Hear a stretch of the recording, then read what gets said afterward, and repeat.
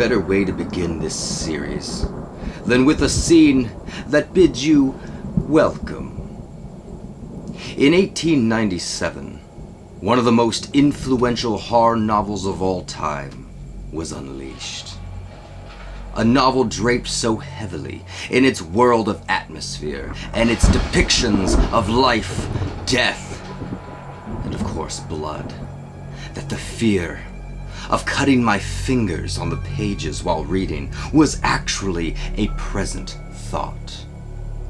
The novel Dracula by Bram Stoker would also lead to one of the most influential horror films of all time, and introduce the world to a visual representation of one of the most instantly recognizable nightmares in all of existence. The Count himself, Count Dracula. Portrayed by the man that defined the character, Bela Lugosi, whose influence and legacy would be the standard for Dracula for the rest of time. Tonight's scene is taken from Universal Studios' 1931 take on the novel, directed by Todd Browning, in the film simply titled Dracula. The scene I have chosen is the introduction of the Count, one of horror's earliest looks into what not only motion pictures could be within the genre of horror, but what sound could do to your nerves as well. 1931 was a transitional period for film sound. True, the silent era was breathing its final breaths, but flourishes of audio and music scores were not of the norm yet either.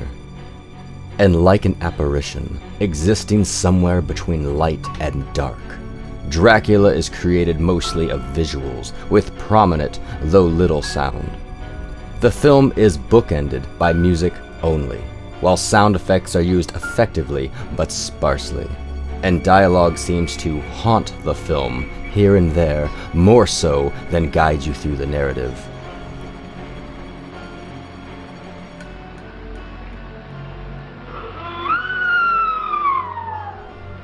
But within the planes of shadow and light, there is a world of horror in its absolute purest form. The things that humans fear most naturally are on full display within Browning's dreary and poetic vision.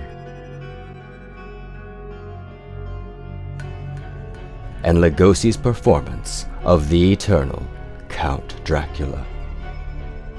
Tonight's scene.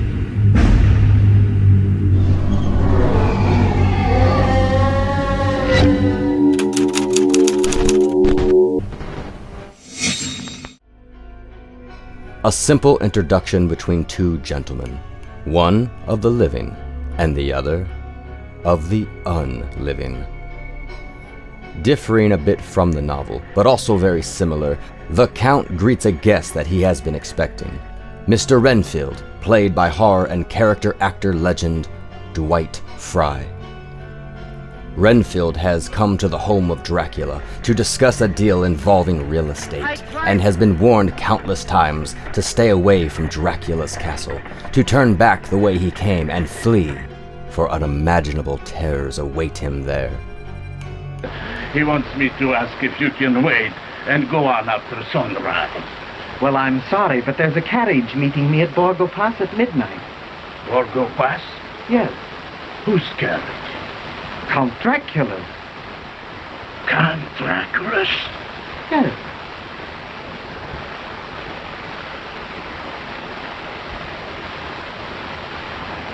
Castle Dracula? Yes, that's where I'm going.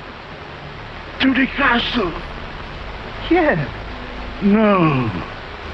You mustn't go there. But Renfield, in his business state of mind, not fully understanding the culture of those trying to warn him, and having no interest in superstition. And they feed on the blood of the living.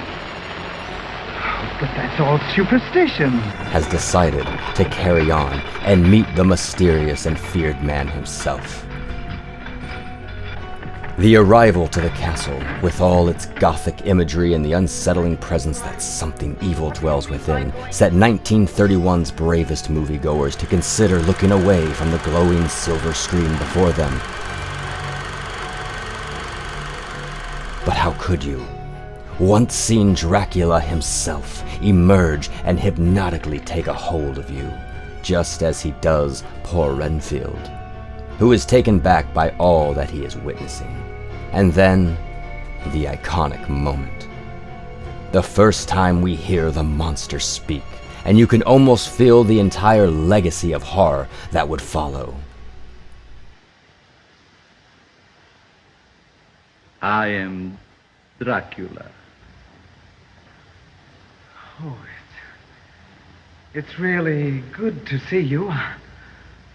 I don't know what happened to the driver and my luggage and...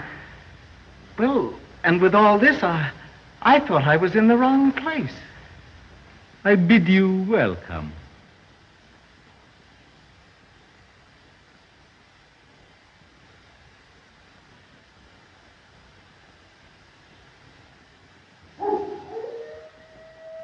Everything that happens within this scene is iconic, and a testament to the spell that horror movies can cast over a viewer. It has inspired countless creators and fans, and is still a highlighted example of our normal world meeting the darker and more mysterious one face to face. Ripe with even more iconic moments and lines, including ones I even use within my own ghost tour. Listen to them. Children of the night. What music they make.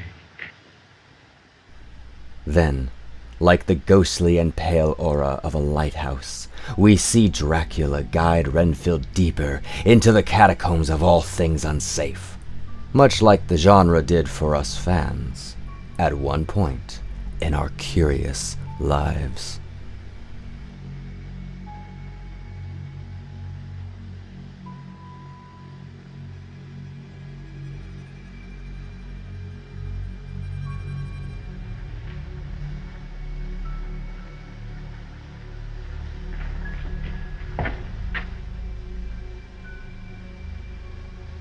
The spider spinning his web for the unwary fly. The blood is the life, Mr. Renfield.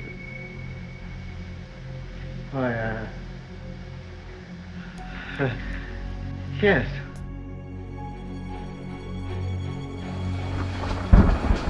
As a young kid, seeing that for the first time, I smiled, and probably imagined having fangs while doing so.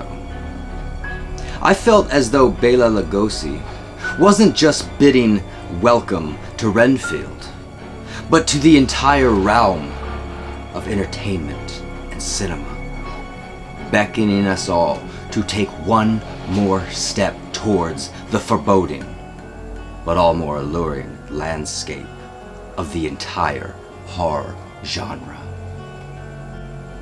As a young kid, in that moment, Count Dracula was speaking directly to me